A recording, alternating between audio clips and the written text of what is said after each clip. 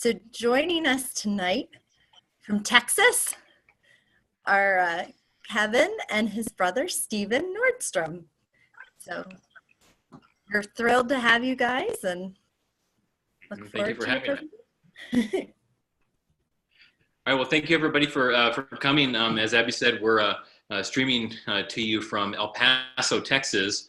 We're down here. It's my spring break actually, and we had a couple concerts here. And right after this is done, we're headed up to Albuquerque for the ASTA convention. So if you see us here, maybe we can meet you sometime if you're going to be in the ASTA convention. We also have a clinic on Friday, so if you're here as well. Looking forward to seeing you.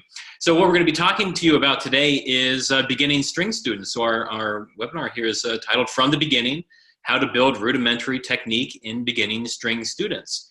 And this is, I think, Stephen, one of the most crucial and important topics, not only in music in general, how to handle beginners and what are the beginning stages of musicians in their early years, but string students in particular.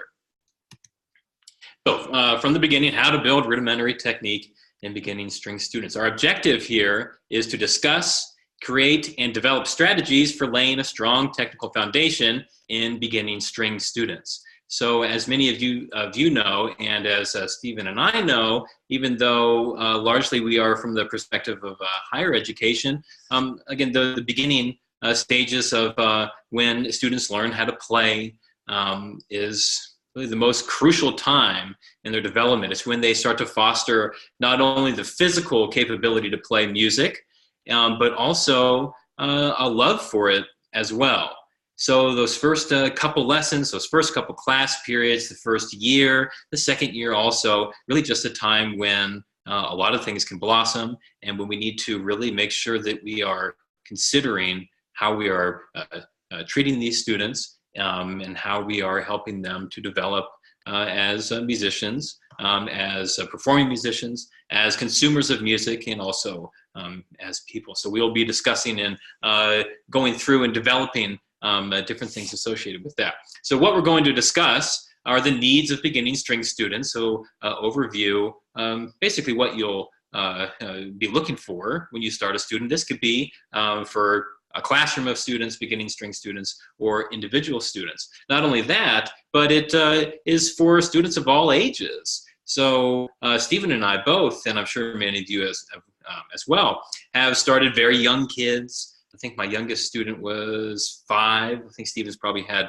some students younger than that. And I've had beginning students all the way up to their 60s, and one of my students was in their late 70s. So this could be applicable to virtually anybody. And the main point is just having something prepared, having an idea of how we're going to approach beginning students, no matter what their age, no matter where they come from, or what their background is. So we're discussing the needs of beginning string students. We're going to discuss the distinctions between group and individual study.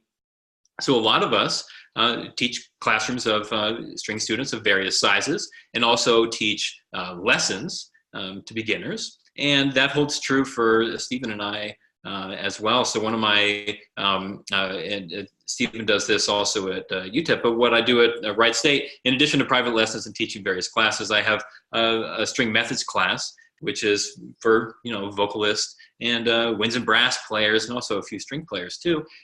They're beginners on stringed instruments, a very large class, and Stephen has a similar one at UTEP, but also little children teaching private study as well. So we'll go briefly overview the distinctions between both of those. We'll also discuss prominent pedagogies and method books. I think that there's a lot of material out there that is available to us, and sometimes we get stuck in a pattern of learning just what we know, or visiting the pedagogies that we know or learned when we were younger, and it depends on our age whether or not those are still around, or whether we find them useful. So we'll overview several popular and prominent pedagogies that are useful for both group study but also individual study.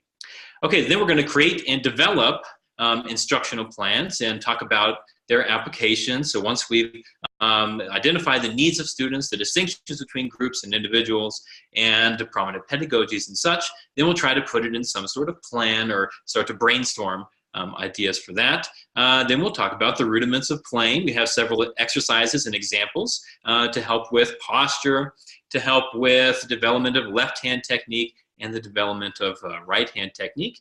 And then in a section with developing more advanced skills, we'll talk about how to combine those things together. And hopefully throughout all of that, we'll have some sort of system or definitely brainstormed ideas of how to develop beginning students, how to advance them past those initial stages. Okay, so what do beginners need? We feel, and I'm sure many of you as well, feel that organization is the biggest thing, and that is at the heart of what we're talking about here today. So I think that especially when we're young teachers, and I imagine that this is a case that many people have encountered, and especially, let's say you're a music education student in your undergrad, and you first start teaching lessons, or you first go to a class as a student teacher, whatever it may be. And if you don't have an idea of what you're going to do, you might be fumbling around, unsure of yourself, and that projects onto the students, and they are unsure about you in return, and it's not the best situation. So organization is the most important thing we need. An organization encompasses all the things we're going to talk about, especially identifying what method books you're going to use, so what approach you're going to take when you're teaching these students, and then having some rudimentary examples to help flesh that out. Okay, obviously you need functioning instruments and accessories. A lot of us battle with budgets, and that's true from individual study to elementary school to middle school to high school, and even in college. So in my string methods class, some of those instruments need a lot of work. Some of them are a little ratty. We have to cannibalize strings and such. So it's all across the board for that. So functioning instruments and accessories, definitely important, definitely something we all know. And I think we're all familiar with how, if one string breaks in a class, everything stops for a second. So definitely something to consider there. Quality practice materials. So this goes back into organization, goes back into identifying the method books that we're using, and we're going to discuss that a little bit later. Branching off of that, a consistent plan of instruction. So we want to just have some sort of base underlying plan when we approach beginners that we can consistently follow and consistently follow up on. So there's some sort of organized system that we're developing here. Okay, also encouragement and positive feedback. Definitely something that we are considering here as well. So everybody can move along in the same fashion. Okay, so distinctions between group and individual study. There are a lot of similarities when we discuss pedagogies. I think that at least a few of them you can use for both groups and individuals, but there are some distinct differences. So in group study, you have exposure to different stringed instruments, obviously. So I guess that might depend on what age you're starting, but a lot of us, and Stephen and I certainly, when we started, we had the benefit of starting in elementary school in first grade, and we had an all-violin orchestra. So there was only one instrument. By the time we got to third grade, we had a string orchestra that had violins, violas, cellos, and basses. So we were fortunate in that. Many middle schools will, and high schools as well, will start students off with a full string orchestra. So it just it depends on what is available to you. But generally speaking, in a group, you will have that exposure to different stringed instruments, and definitely have an appreciation for and understanding of what the needs are for those instruments. In group study, you also have the support of your peers. Okay, and likewise, you have competition with your peers. And a lot of times, people are put off by word competition because of some negative aspects of it. But I think the competition is very important if it is treated in the right way, because it can have a supportive quality to it. So your peers, if you see them advancing, then hopefully you will want to advance as well, and you will be mutually supportive of one another through competition and through a positive attitude. Now, that is also something that can be fostered by the teacher, and if it's understood that that's important to the teacher and that is spread to the students themselves, competition can definitely be a positive thing within group study. So a group study also encourages teamwork. So if there's a positive aspect to your competition, you'll work together better as a team. An orchestra, at its basic essence, is a team. Group study is also many times more economically friendly. So this could be different for different situations. But if you are in a situation where your school has instruments available to rent out to students, that's more economically friendly than it would be if a student had to invest in renting an instrument on their own. But each situation is a little bit different. Also involved with group study, there are different levels of comprehension, speeds of learning, and also results. So when there's more people, we have a wider variety of learning styles and just more variables to how people learn and at the speed at which people learn. So that is one thing that we also need to consider when we are talking about group study, how to encourage the students who are perhaps a little bit behind to keep moving forward, and also how to keep the students who are very much far ahead, perhaps taking private lessons, maybe they've been playing longer, how to keep those students who are more advanced interested. So all considerations that we need to think about when we are discussing group study. And with the group study, this of course works very well with the children in the public schools. This could also be something with Suzuki group classes, this sort of thing. But it even works for the college students, the college string methods classes. And so that's an important thing to consider as well. When we talk about individual study, this is slightly different from that. It's probably a little bit less common for young children beginners to start with individual private lessons. This is something that's more common with older students. I myself have quite a few at the university elective students who take individual lessons who are adults, and so they're technically beginners because they're not on their primary instrument. So that's something that we can consider also the differences with that with different ages too. So even though it's a little more rare for children to start in individual lessons than in group lessons because of the prominence of that in public schools, that's also something to consider. So in individual study, we have exclusive attention from the teacher, very different from group study, just inherent difference there. We can have specialized and selective materials to use for that. So we don't need to have one set thing for our, let's say we have a studio of violin students or viola students.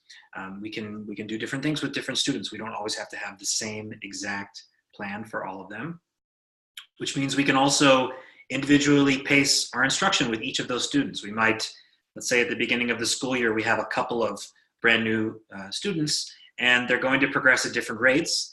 And of course, then we can move along at different paces, and there's no pressure to kind of make sure that everybody's kind of keeping up as there is in a larger group class.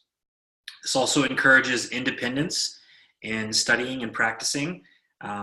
Little bit different based on age here as well. For older students, they're naturally more independent. They can practice on their own, this sort of thing. Younger students, a lot of times with private study, we need a little bit of help from the parents as well to help with what to practice, monitoring to make sure that the students are doing what is to be expected of them in lessons. So that can change also a little bit based on age.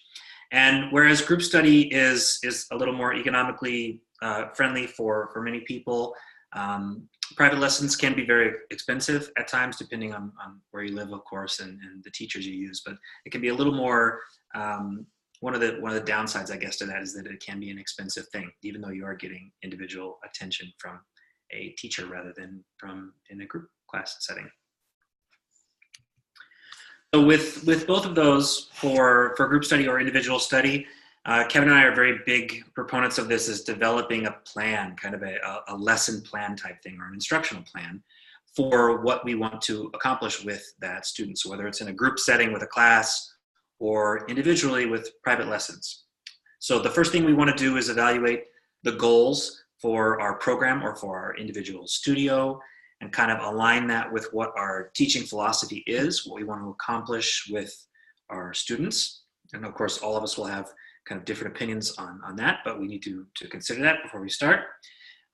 If we are teaching in a school, or maybe even teaching privately at another location where, and I've done this in the past, where there's kind of a informal school where many people go and teach lessons, kind of rent out the space to teach lessons. And sometimes those places have their own philosophy of how they want things to work. Or for instance, if you're teaching in a university preparatory department, they have their own kind of philosophy, even though you are teaching individual lessons. So we want to measure what the goals of an organization or a school are, and the philosophy, and work those two things together, whether it's for group or for individual study.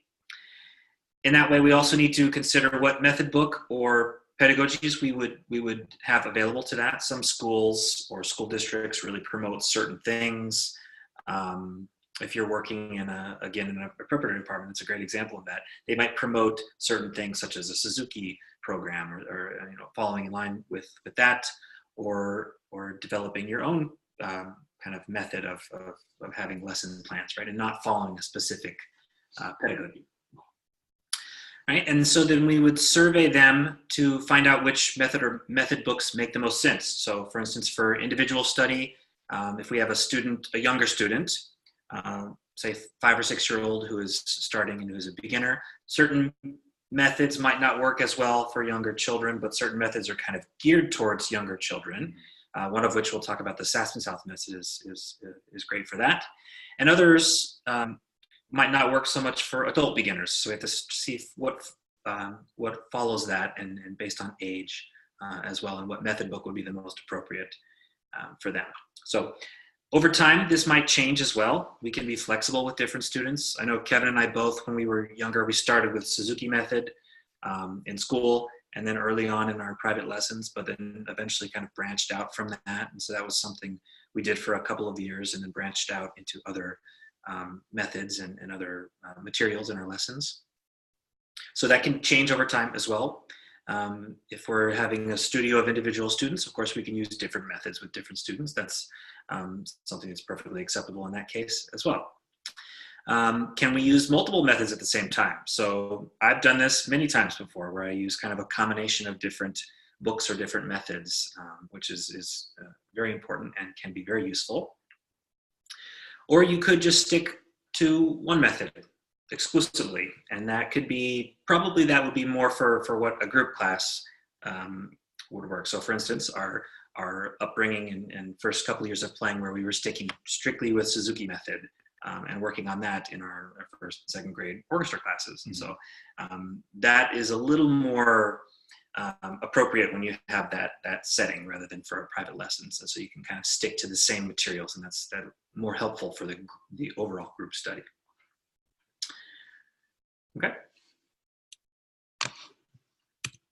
Okay, so a quick survey of some prominent pedagogies. Many of you are familiar with these, probably use them or have used a couple of them in the past, but I think it would be helpful to just kind of run down and briefly discuss what's available. This is not an exhaustive list of what is available, but what we think are the most prominent methods, and these can be used for group study or individual study as well. So the first one, essential elements for strings. This is what we use most with our youngest beginners, and I use this for group class, but also for little children and adults. So any beginners, whether it's group, individual, this is definitely a useful method. I like essential elements because it assumes no prior musical knowledge. You can be totally ignorant of music, any type of music, and pick up this book and essentially teach yourself. It's also very friendly to parents, I think, because everything is self-explanatory. They can read through it regardless of their familiarity with music and with string playing, whatever the case may be, and walk their kid through it and be able to follow along with what's going on in lessons, and also be able to follow along what their child is learning in school. So it's definitely useful for that. It can be used for groups or individuals as well. Another prominent pedagogy, strictly strings, a little bit older, and actually what we used in our school orchestra we got to middle school. So we started out with more Suzuki approach and branched out into some other things.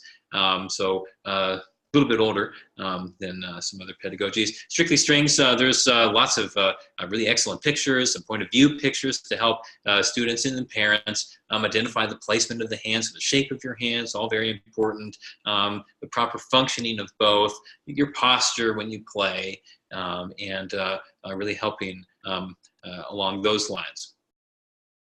Also with Strictly Strings, it immediately starts introducing to you how to read music, introduces all the basic elements of music notation, and useful for that. I also think there's a good transition between the use of the bow and, or the use of pizzicato rather, and then to the bow. So some pedagogies will have you jump right into using the bow, others will have you doing pizzicato first, and then circling back around to use the bow. That's the essential elements way of doing things, but definitely Strictly Strings has good introductions to the bow.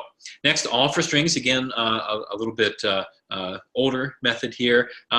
This method gets you using the bow right off the bat.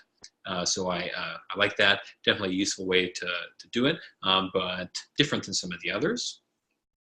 Okay, another more recent one, the Sound Innovations for String Orchestra, which tends to be popular in my area, is also a very good book. It's very similar to Essential Elements, I feel, but it's a little bit newer, and lots of good stuff included in that. Stephen's going to talk about some methods that are more appropriate for individual study. So the first of these is the Suzuki method, which is probably the most popular method, definitely in the United States, but very common around the world as well.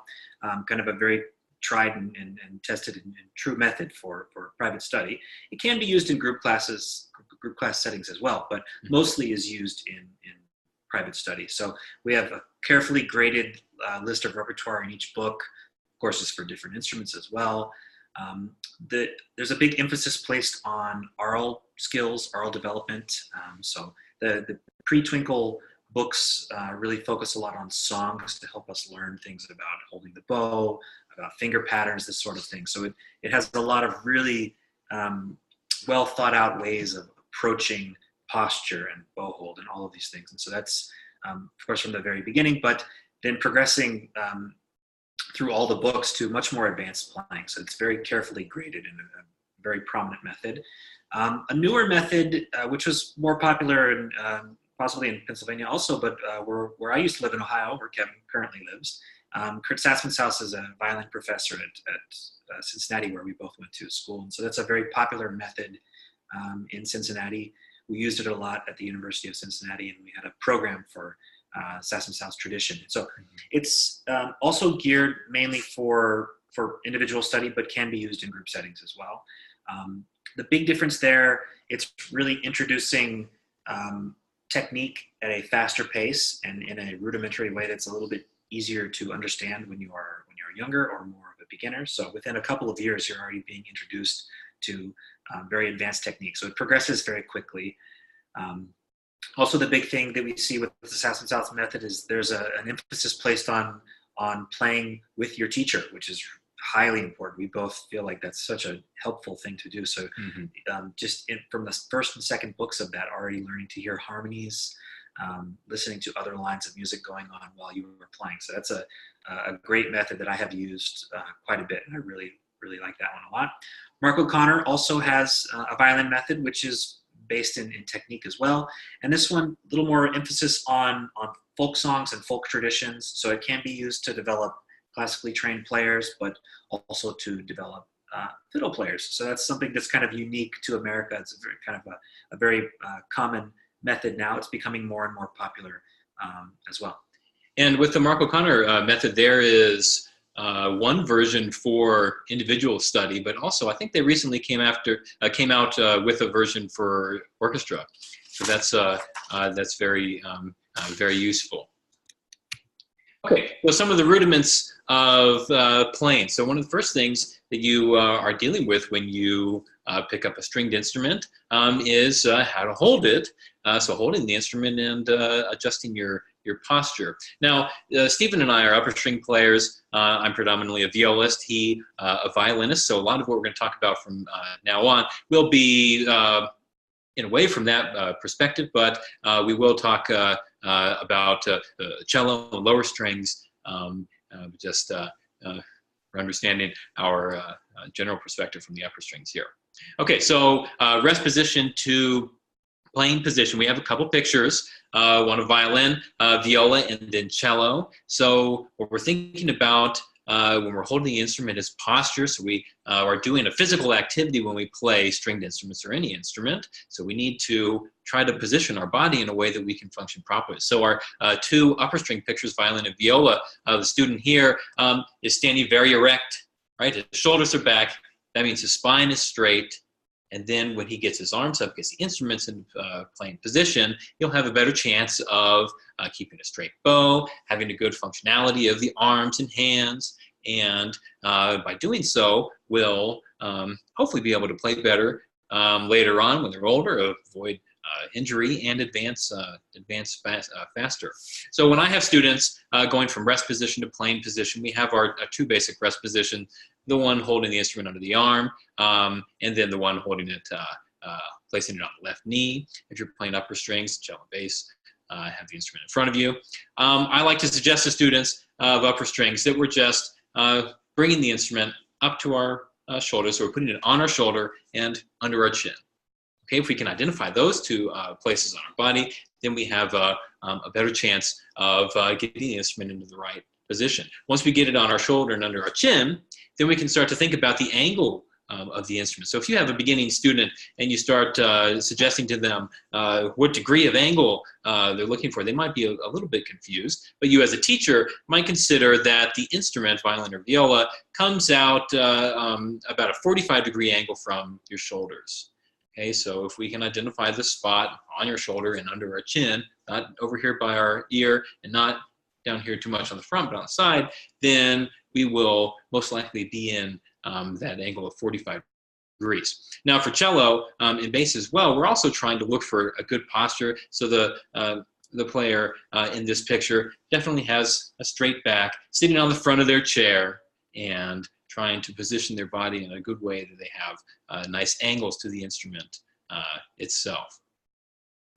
Okay, so when we consider upper strings, we have to address the issue of a shoulder rest. So are we going to use a shoulder rest? Are we going to use a sponge, or are we going to use nothing at all? So our preference is definitely to use a shoulder rest. That is a modern invention. So you don't need a shoulder rest to play because they did so for hundreds of years before the shoulder rest was invented. But it definitely is helpful, definitely helpful with shifting, makes it much more comfortable. You can play without one very easily in the first position, but the second you introduce advanced techniques, then you start to find that one is very necessary. In fact, one of my teachers, he played without a shoulder rest. And then I tried it one day, and he said, you know, Kevin, if I would have had a choice when I was younger, I would definitely use a shoulder rest. So even great teachers and famous soloists would choose that option.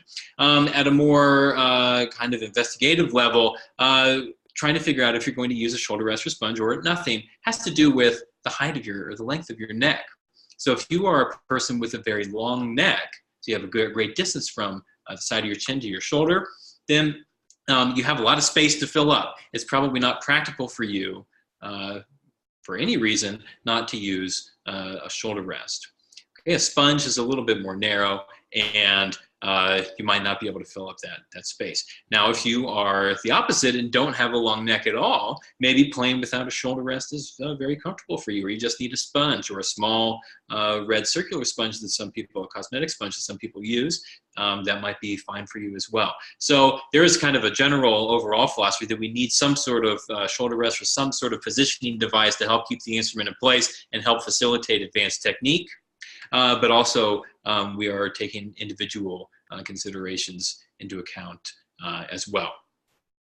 Okay, to go along with our discussion of posture, we're sitting, standing, or using a stool. So a lot of times it's not practical in group study to have everybody stand. If you have little kids, they're going to be fidgety anyway, but if they're standing up, they might be running around the room or something. So sitting down in a class for any age might be a better option.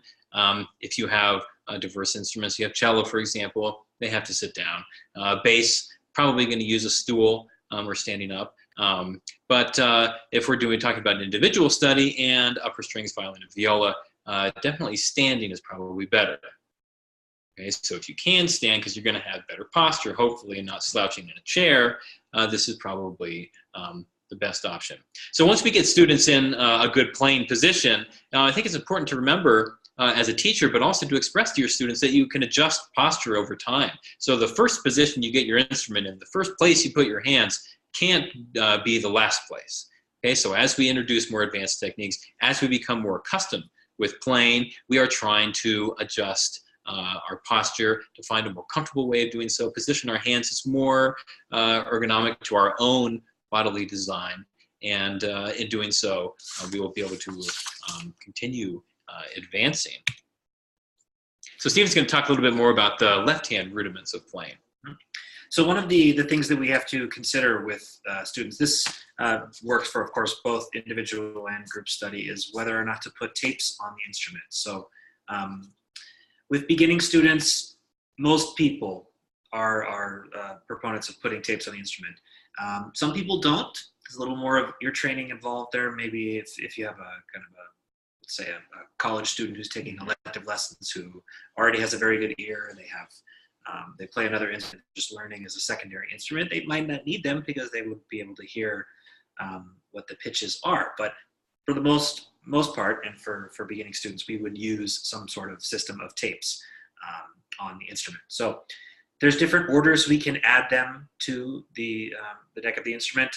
Different methods use different sequences of adding the tapes as well. Most people probably will just put all of them on, but certain methods, Sass and South message, for instance, really only starts by using one finger at a time. So we would start in that case with the second finger, put a second finger tape on, and then we would gradually add the first finger tape or the fourth finger tape. So it's not really necessary to put all of them on at once. If the student is able to distinguish between which finger is which, we can just work on putting that one on.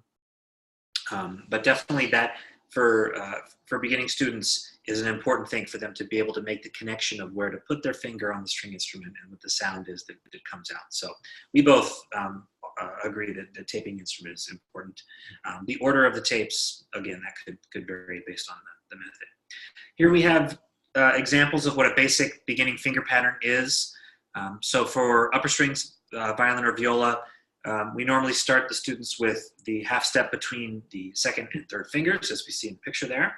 This is the most comfortable for most people's hand shapes, and so this is also one of the easier keys to play on. So we could play in D major and play in A major, and so this is why many method books start using that pattern.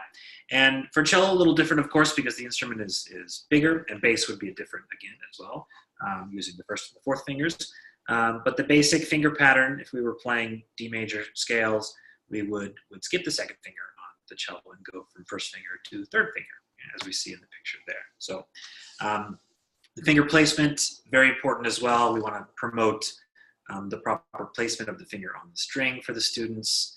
I really like to have the students do tapping of the strings. I think that's a really helpful thing at first, also so they're not squeezing or pressing too much at the beginning. So just lightly tapping the tapes on their instrument where those notes are before they get used to actually playing the notes. So yeah, so these are for the most part for a couple weeks, couple months, we stick in these keys and we play these basic finger patterns. And these the finger patterns can be refined, as Stephen suggested, by tapping their placement. And if you're playing violin or viola, you can do that from playing position or also from rest position. So if you have the instrument under your arm and you can see the tapes in your left hand, you can help to refine the position of your fingers and shape as well. Okay, so more rudiments of playing with the left hand. One of the biggest considerations when we are playing stringed instruments is what to do with our thumb.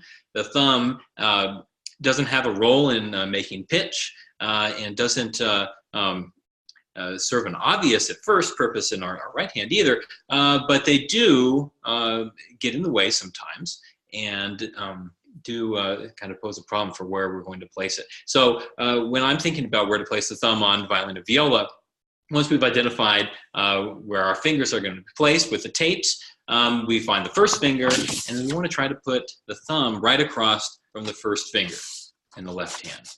And this is just the basic position of it. It's a good starting point. It centers up the hand a little bit. It's a natural place for it on violin and viola, and a place that will allow all the fingers, all 4 fingers of the left hand to drop evenly and hopefully in time accurately. Now, the position of your thumb can change over time, so this could include whether it's a little bit behind the first finger, maybe it's a little bit more towards the second finger.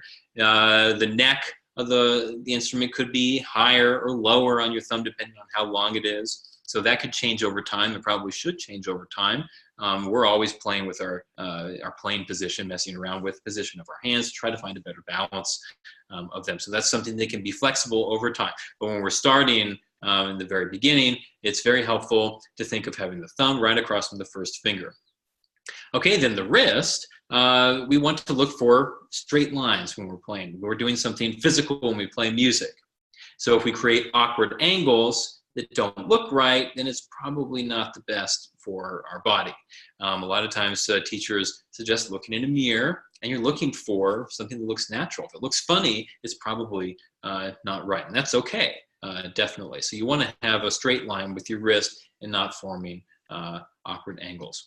Okay, you also want to continue that straight line down to your arm. So I like to think of, when I'm doing violin or viola, having a straight line from the top knuckle of my first finger all the way down to my elbow. So if you can find that position, we've already got the instrument in the right spot. We know where our fingers need to go. We have the shape of our hand ready to go. We're looking for a straight line from the knuckle down to the elbow. When you're playing lower stringed instruments, you're kind of looking for similar things. Maybe the position of your thumb is in a different spot. So as we saw from the picture of the cellist in the previous slide, the thumb is probably closer to the center of your hand, so across from the second finger. Bass is a little bit different as well, but you're trying to avoid awkward angles in your wrist, in the shape of your fingers, and also in how you position your elbow.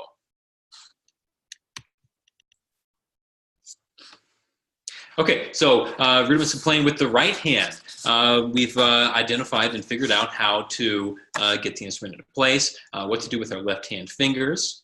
Now we need to figure out how to hold the bow. So there's a couple steps here that we can use to identify a good bow hold that can be used for violin, viola, and cello bows, bass French bows as well, German a little bit different, another topic.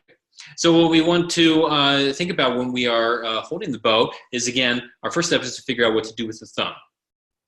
Okay, so assuming we've identified all the parts of the bow and the instrument itself, we want to put our thumb, as you can see in the first picture here, the tip of the thumb goes in between the frog grip. Okay, that's essential. There's different places that you can put the thumb if you're a very early beginner that we'll talk about here in a second, but I like to start right with putting the thumb in between the frog and the grip. Then on the other side of the bow, you're going to put your middle finger. Okay, you make a little circle, as we can see in that second picture there.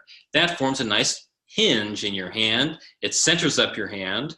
Okay, it's a pretty natural position if you were to turn your hand flat over. So the thumb and middle finger right across from each other.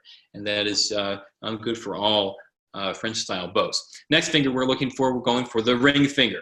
The ring finger should go on the frog. If your frog has a little eye on it, that's a good place for students to aim. So you can use that as a reference point. But if your frog doesn't have an eye on it, you can just aim for the middle of the frog. Next finger, we are going to apply the pinky.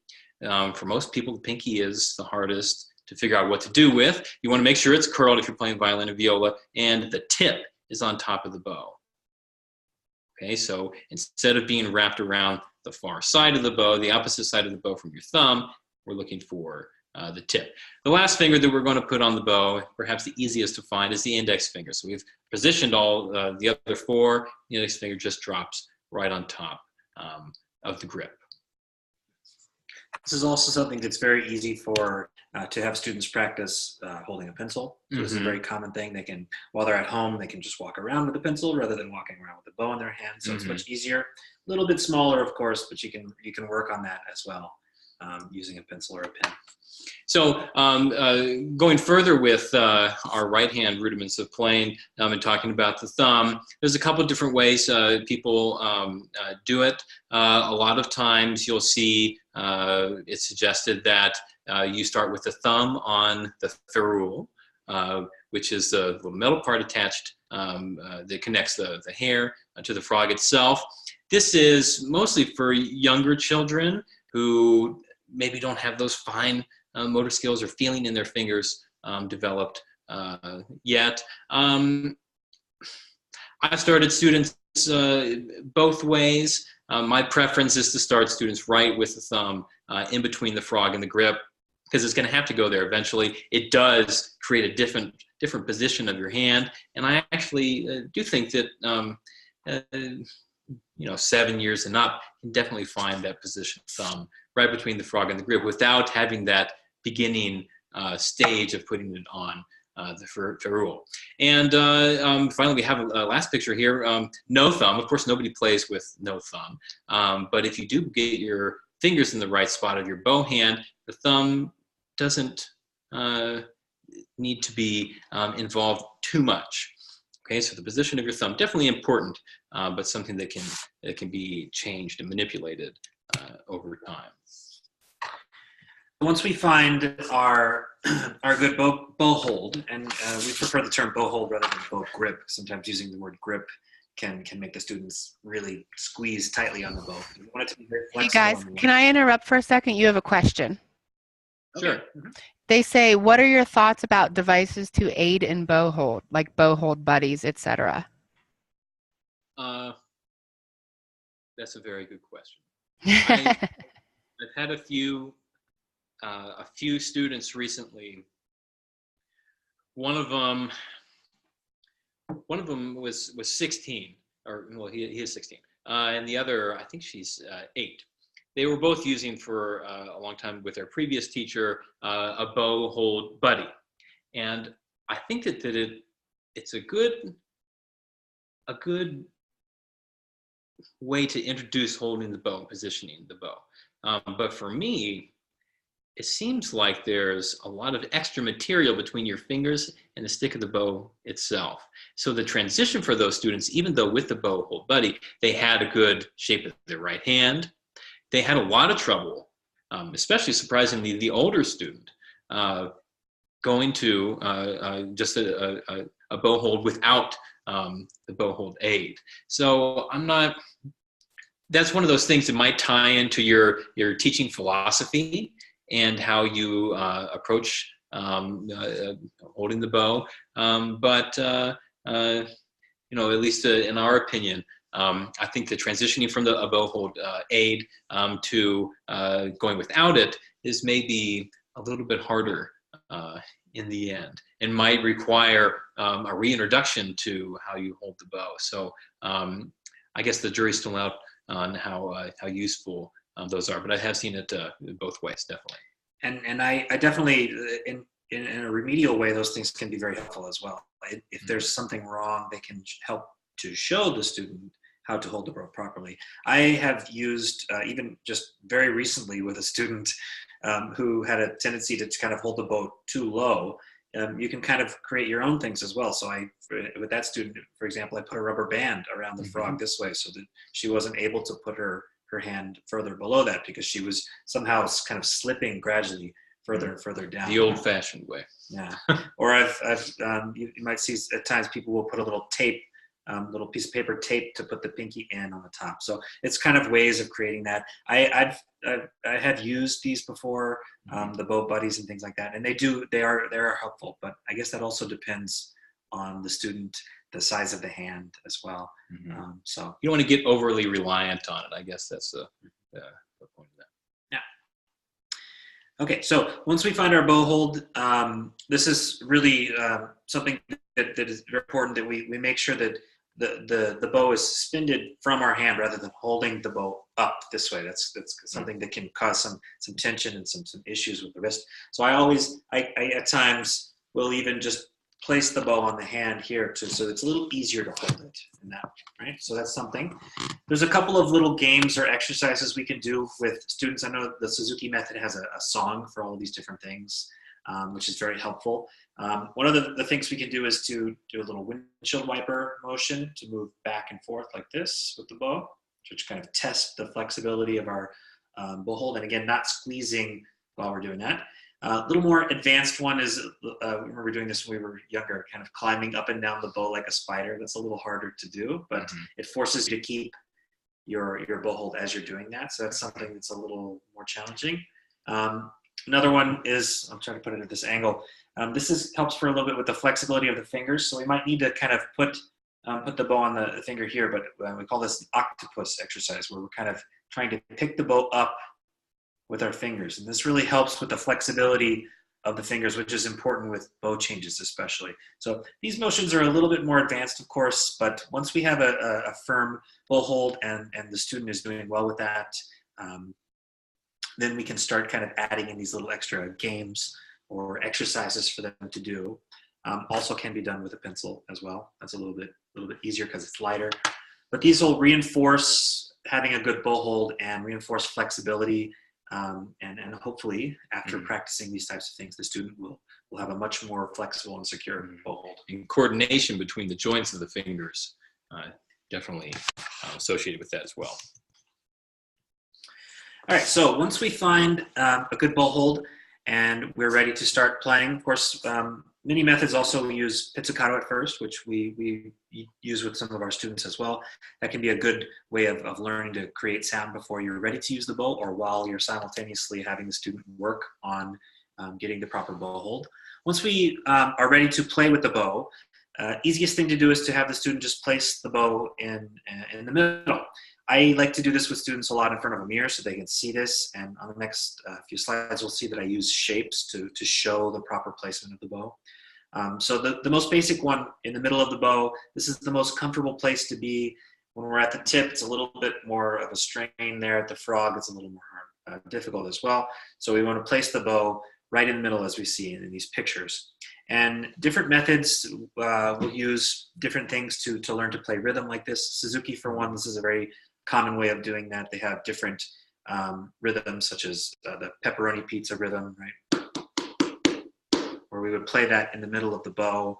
It's the most comfortable place to do that. We want to reinforce to the student that we're opening up our elbow for the upper string players to make sure that we're not bowing in this way. That's going to be very important as well. Okay, so we see on those three pictures, it's a little bit different for the cello and for the bass than it is for the upper strings. Of course, there's a little bit more of a full arm motion there with the cello and then with the upper strings, because we're just opening and closing our elbow. All right, so here we have the bow shapes. I really love this way of describing how to draw a straight bow and how to properly work the mechanisms of the bow. So here, with the pictures of my student here, we have at the frog, we see a small triangle between the forearm, the upper arm, and the shoulders. When we are in the middle of the bow, we should see roughly a square between the arm and the bow and the shoulders. And when we are at the tip, we see a larger triangle between the full arm, the bow, and the shoulders. This is going to vary a little bit depending on the length of the arm of the student, height of the student, this sort of thing, but it should roughly be those positions. And I like to have the students check this in the mirror. Very, very useful. If you're pointing the instrument and it is parallel to the mirror, then the bow should be perpendicular, should be moving straight up and down. So that's a really helpful tool, and you can kind of look out of the corner of your eye to check those things. So when we do this, and I have them kind of connect the shapes to draw a full bow and to move the bow in a straight manner. If we, for instance, kept in the middle of the bow the square position and tried to keep the square position at the tip, the bow would be very, very crooked. Or if I did the same thing going to the frog, the bow would be very crooked. So we have to connect into the different shapes, and it's a really helpful way of showing the upper string students how to do that. So it's very, very useful. I do this with almost every single beginner. Yeah, the right arm definitely moves differently depending on where you are in the bow and what shape you're making, as Stephen suggested. Okay, so the other thing we can consider with the student once they're getting a little bit used to this, of course, most of the time I'll use the A string on the violin to do this, right? The most kind of comfortable position. When we're on the G string, our elbow is much higher up. But that's the next step, is once we start doing this on different strings and practicing open strings, full bows, or different parts of the bow, we want to discuss the different elbow level or the arm level for each string. So here we have an example at the bottom of what that would look like for the viola. So on the C string, on the viola, our elbow position would be much, much higher than it would be on the A string. It should be. We wouldn't be able to play on the C string with our elbow down here like this, and we wouldn't be able to play comfortably on the A string with our elbow up here. So the height of the elbow is very important. You can kind of see in the pictures here with the violin and viola, the square position of the bow and the arm. If it was from directly head on, the upper part of the arm should be in a parallel plane with the bow. So that's an important thing to remember as well. And as we move from string to string, we should see that with the student, is that plane will move with the bow this way. And that's how we know the elbow is in the proper position.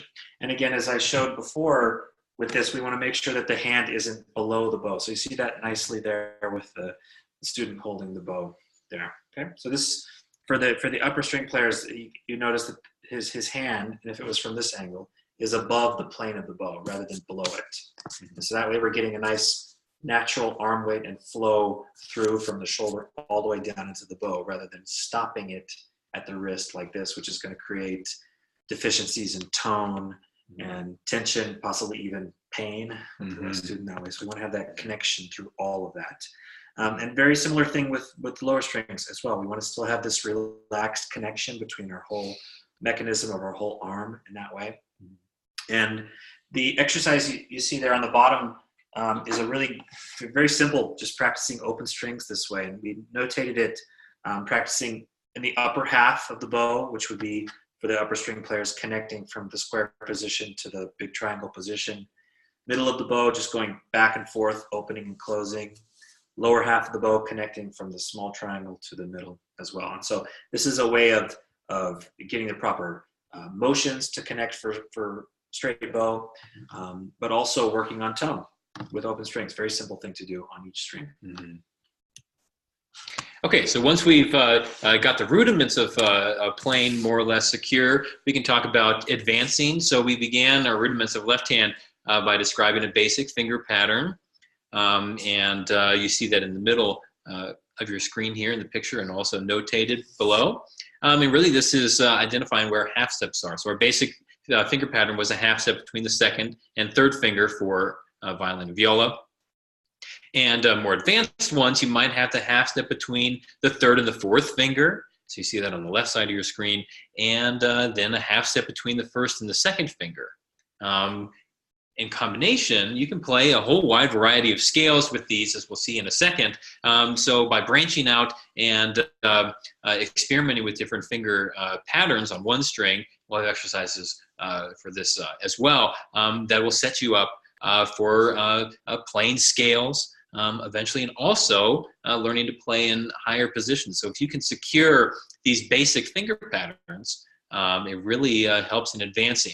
And if you can also connect that with the fact that one finger pattern in the first position can, and a lot of times is, similar to another finger pattern in a higher position, it simplifies the execution of scales and also music.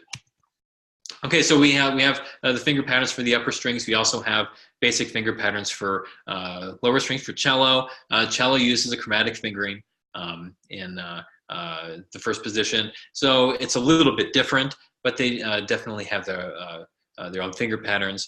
From the first finger to third finger, fourth finger, then identifying the half step between the first and the second finger, and all the way to the E flat down there, where you extend backwards with the first finger. So basically the same thing here, trying to identify basic finger patterns, and that will help as we progress into scales. And we have some exercises that Stephen's going to talk about to help us secure these finger patterns and make them more readily available to us. So here we have a couple of ascending exercises, just basic, following the finger patterns from the previous one.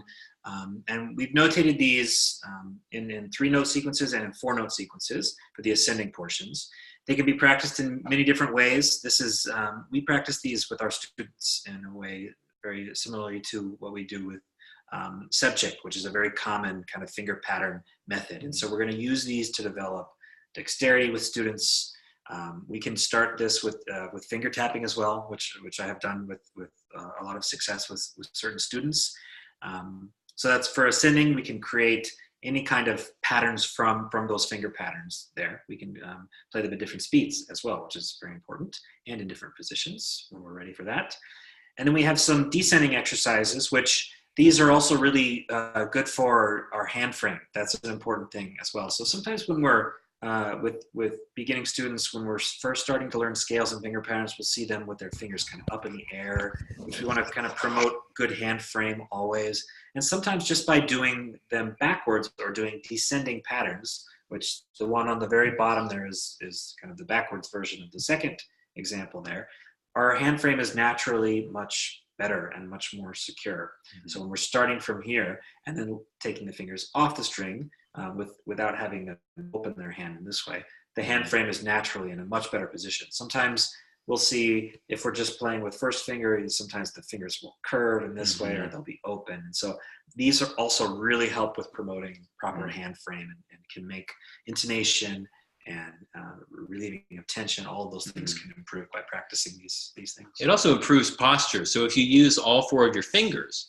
and you can position them in any one of the finger patterns we have here that uses all 4 fingers, then you know you can reach each finger comfortably, and from there you just have to lift them up and drop them. So they're they can simplify a lot of things, simplify posture, and refine our playing as well. And so they can be applied into scales also. Steve will talk a little bit about that. So as Kevin mentioned, we can start this with when the student is ready, and this is a little bit from the Sassman's House method as well, is once we understand what those finger patterns are, we can play them in different places on the instrument. So we can use finger patterns and in scales once the student is able to play the scales in first positions. So the first one we see there, the A major scale, would be using that pattern with the half step of the 3rd and 4th fingers. Once they understand that we're doing that pattern on 2 consecutive strings, we can do that anywhere on the instrument and play a major scale. And so here we have that example there, and also including some minor scales with using the same finger patterns. But once they're able to recognize what that sounds like, they can and should start playing them 3rd position or in other positions as well. So that's very useful. Yeah, if you, for the A major scale, getting comfortable with the half steps between the 3rd and 4th fingers, there's no reason to stop at A major. You can, on violin at least, transfer that over, starting on the D string to play E major, then go to the A string and play B major. So you can use those finger patterns, as Stephen suggested, to play multiple things. So once you learn one of them, then you can speed up the process of figuring those out. When you get to the minor scales, then you start to combine the finger patterns. It gets a little bit more complicated, but definitely something that's within your grasp once you've identified some of those basic finger patterns and as you progress into scales. Hey guys, we have a question about how soon do you introduce the 4th finger? That's a good question. I think that especially if you have tapes already on the instrument, and assuming that you have gone ahead and put tapes on for all fingers, I think that you should start using the 4th finger as soon as possible. Because a lot of times what people object to about the 4th finger is that it feels weaker, which is kind of true. But after a little bit of practice, and especially if you have a tape and some place to aim for, the student will find that it's not actually the case. It might feel funny, but that doesn't mean that it's out of tune or wrong. And one of the benefits of using the 4th finger is that it gets you into a proper playing position right from the beginning. And if you can have a proper playing position, the shape of your hand is better. You can reach all of your fingers at the same time, or from the same position, without having to make constant adjustments or micro adjustments for each finger, or subtracting fingers as you go up and down, or adding them and moving around too much. It simplifies things a great deal. And another, I guess, argument in favor of using the fourth finger early on for violin and viola is that cello and bass has to do it. So if the thinking is that the fourth finger is weak, then that should also hold true for cello and bass. And because it's unavoidable on those instruments, I guess the truth of that might be a little bit suspect or in doubt. So I think that if you can start to use the fourth finger as soon as possible, after you've identified the first, second, and third on violin and viola, I think that's definitely advisable and something that's worthwhile. And the student will find isn't as hard as they might have initially thought. And one other question about clarifying, once students are able to play a scale, the same finger pattern should be introduced in different positions? Is that what you're... Eventually, because if you imagine that the fingerboard is a grid, if you play, let's say the A major scale that we talked about on the previous slide, in the first position starting on the G string. If eventually you start doing shifting, you can take that same fingering to fourth position on the D string and play an A major scale, because it's the same finger pattern. Distances between the fingers, slightly smaller, adjusting for the shorter string length, but it's the same finger pattern. So once the student makes that connection, that the scale in first position really isn't all that different from the scale in fourth position, then it makes things much simpler. So as we're going to talk about on our shifting slide here, the only thing that's changed is the angle of the elbow, with slight adjustments for distance between the fingers. So there are definite similarities between those. So it's a little more of an advanced thing to play than other positions, of course. But once the student understands the patterns within the left hand, and once the student is comfortable with how the pattern sounds and their intonation is good, there's no reason to not start to introduce other positions. It's a good thing to introduce early. If they are able to play it in first position, why shouldn't they be able to play it in third position? That's my philosophy with that. So once they have a good ear, once that is really set, you can easily show them that. And it works for scales. It also works for familiar songs. A lot of the method books will have that idea of when you learn something first in first position, and then you come back a little bit later, you play the same song in another position because you already know what it sounds like. It's a little bit easier for you to get accustomed to that. And so it's a really useful thing for scales or for songs. Yeah, and definitely something to introduce to the student as a concept, if not yet as something that's that they're doing directly in their technique. So with shifting, once we've got our instruments in a good spot, we have some familiarity with playing, we're holding the bow properly, we're playing scales, we're doing finger patterns, then we can start to think about shifting. And I think that going back to our distinctions between group study and private study, in method books such as Suzuki, we don't introduce shifting until a couple of books into the system, and a lot of times that's later than what, let's say, a middle school or high school orchestra director might encourage their students to do. So some of my private students who, at least in their progression through Suzuki books, aren't ready for shifting just yet, they have a piece in orchestra that they need to do it with, so we can jump right into it. So there's a little distinction about when they're introduced here. But just as a basic shifting exercise, if we're going between first and third position, we need to think about which notes are similar, which fingers we're using them for. So the best way to do this, and this is a very common approach for finding positions, is to play your third finger. If we're going for third position, play your third finger on one of the strings. In this case, we have an example written for, notated for viola. You play a third finger on the D string, it's a G, and you match that pitch, use it with the bow, or you can do pizzicato as well. Then try to find that same pitch with the first finger. Now, I like to put a rest between the notes we're shifting to in between, because it is a much more advanced technique, as we'll see, to connect the notes and connect the fingers, trying to figure out at what point do they exchange and at what point they need to switch between one another, and how to release and all that. It's much easier to do if we have a rest in between. So the first measure there, a basic introduction to how you would shift. So you're trying to match the same pitch with different fingers. In this case, you're going from first position to third position, or third finger to the first finger. Okay, the next step would be use longer note values. Okay, so perhaps you would elongate that to half notes. Still separate bows and trying to connect them, but you're also matching pitch. The step after that would be to include or introduce a slur. Now, whenever you do a shift with a slur, it's much more complicated because you have to figure out how to release the finger. So whenever you make a shift, you want to release the pressure from the shifting finger. Then you move, and once you get to the new spot, you reapply it. Okay, still the other basics are involved. We're trying to match the same pitch with different fingers. As we get more advanced with shifting, whereas in the beginning stages, it's almost like a jump. There's a lot of fishing around. Eventually, we want to try to maintain all the rudiments of playing that we figured out earlier. So the shape of your hand, finger patterns, we're adjusting to those. So a different finger pattern will be used in the first position within the same key. And there will be used in the third position or others.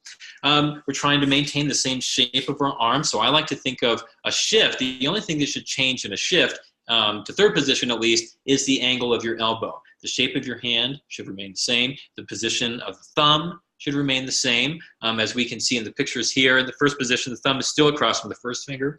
In the third position, the thumb is still across from the third finger or first finger as well. So the shape of your hand remains consistent. The curve of your fingers is also consistent. We just changed positions and fingers. So we're just changing the angle of our elbow. Okay, we do a similar process coming down, and then we can use it with faster note values, combining up and down, and then we can apply it to a scale. On this next slide, we have a couple of examples of more advanced bow technique as well. So we talked about early on using different rhythms. We can use words to help introduce rhythm to our beginning students. Once they're ready to start learning different bow strokes, this is a very easy way to do this. We can very simply use open strings to teach them things like détaché or staccato or spiccato bow strokes. In a group class setting, for instance, we could have warm-ups that involve these different bow strokes. We could just take a scale with the class and have the students play the scale with détaché bowing, repeating, let's say, 4 or 8 notes per, or 8 times per note. We could then have them play the same scale with staccato and then with spiccato. So it's very useful and will help our overall ensemble playing if we practice these as kind of almost like daily warm-ups, working on different bow strokes. So again, I really like introducing these things as often as possible, even with more advanced students. Just a couple of minutes spent working on bow strokes like this is very, very useful with scales or using their etudes. It really makes a big difference in overall technique as they're advancing to more difficult repertoire. And there's seemingly a great deal of difference between the détaché bow stroke or just going back and forth on one string. A big difference seemingly between détaché and spiccato. But in reality, they're the same thing. So spiccato is sometimes described as the détaché stroke that starts from above the string. So if you make a similar motion and just drop the bow on the string, then you'll achieve that spiccato. So it's not entirely in a different realm from détaché or staccato itself. From there, we can progress into things like hooked bowing. So you're still using open strings to introduce different bowing. So hooked bowing is just 2 notes that are separated in the same bow direction. That can advance us into slurs, so we have more connectivity between the notes. When you introduce slurs, you can't do them on an open string, obviously. So you can apply them to simple scales or maybe the finger pattern exercises that we described earlier. So just gradually introducing these different bow strokes and trying to find areas where they connect. So for example, the détaché with spiccato, even though seemingly different articulation, you can execute it in a similar fashion, just depending on the bow's relationship to the string, and same thing with our hooked bowings and slurs here. Okay, from there, you can combine them into scales with different bowings. So you could slur 1 octave scale with 2-note slurs. You can advance that into 4-note slurs, so a little bit more complicated there. You can mix bowing, so maybe you do a 2-note slur with 2 notes separate, starting down bow once, starting up bow once. Or any sort of combination that you want to invent. The most important thing is that it's consistent. So you want to eliminate sort of randomness in your practicing eventually. So consistency when you're doing these mixed bowing patterns and applying them to your scales, definitely important. Then you can do all those things with a longer scale. So you eventually you can advance into 2 octave scales to practice your bowings, to practice your shifting, and do a whole wide variety of articulations, bowing patterns, and the like, going up and down. So when you've identified and worked on those basic rudiments and fundamentals of the left hand and the right hand, then we combine them together and do more advanced techniques without finding holes in your technique. And finally, we can address the issue of vibrato, and Stephen will talk to us about that.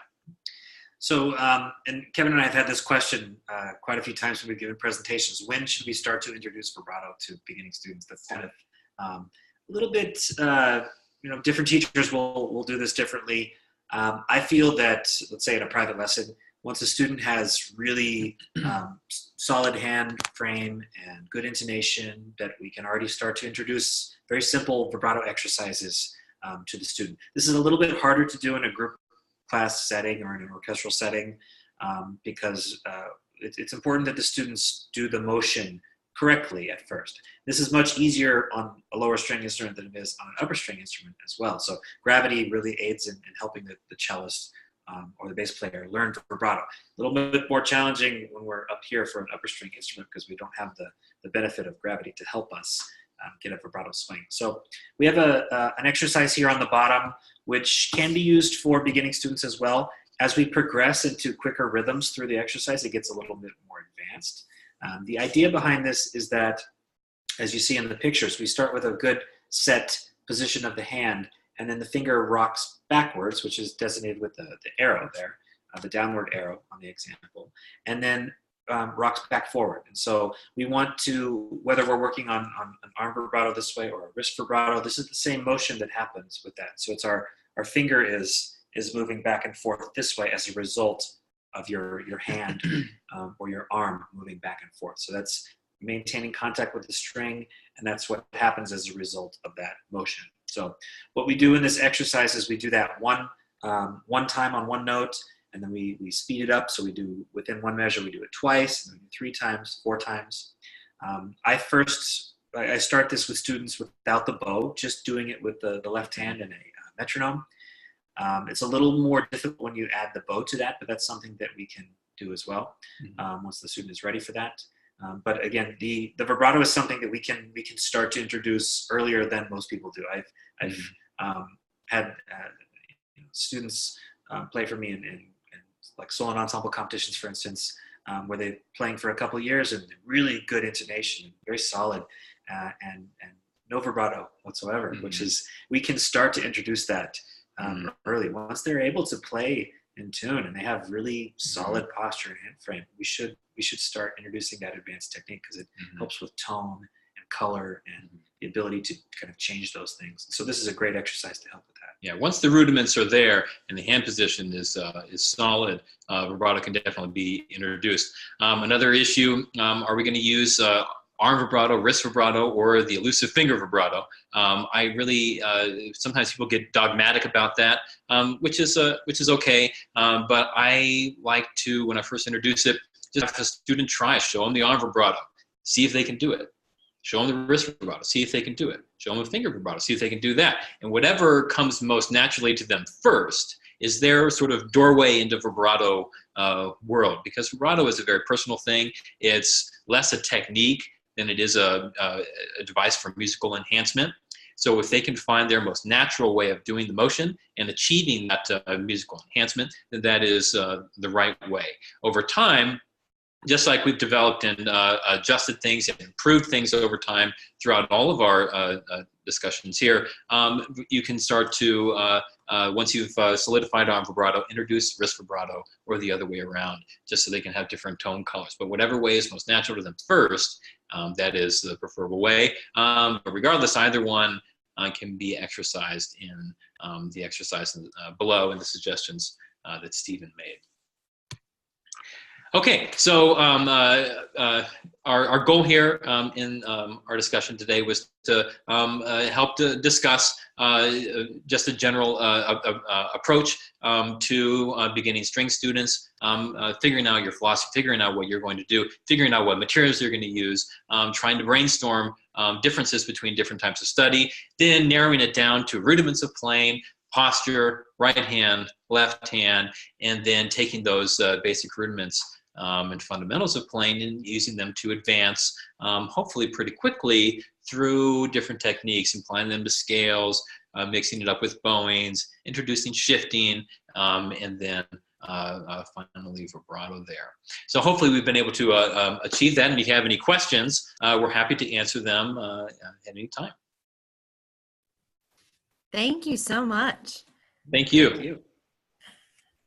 I have a daughter who's 3rd grade and just started violin this year, so I'm already getting tips what to watch as she's practicing. That was great, guys. Thank you very much. Thank you very much. Thank you for having us. All right. Let's see. Waiting for questions, but I don't see any. You're getting some thank you from the participants tonight. Oh, well, thank you. Great. All right.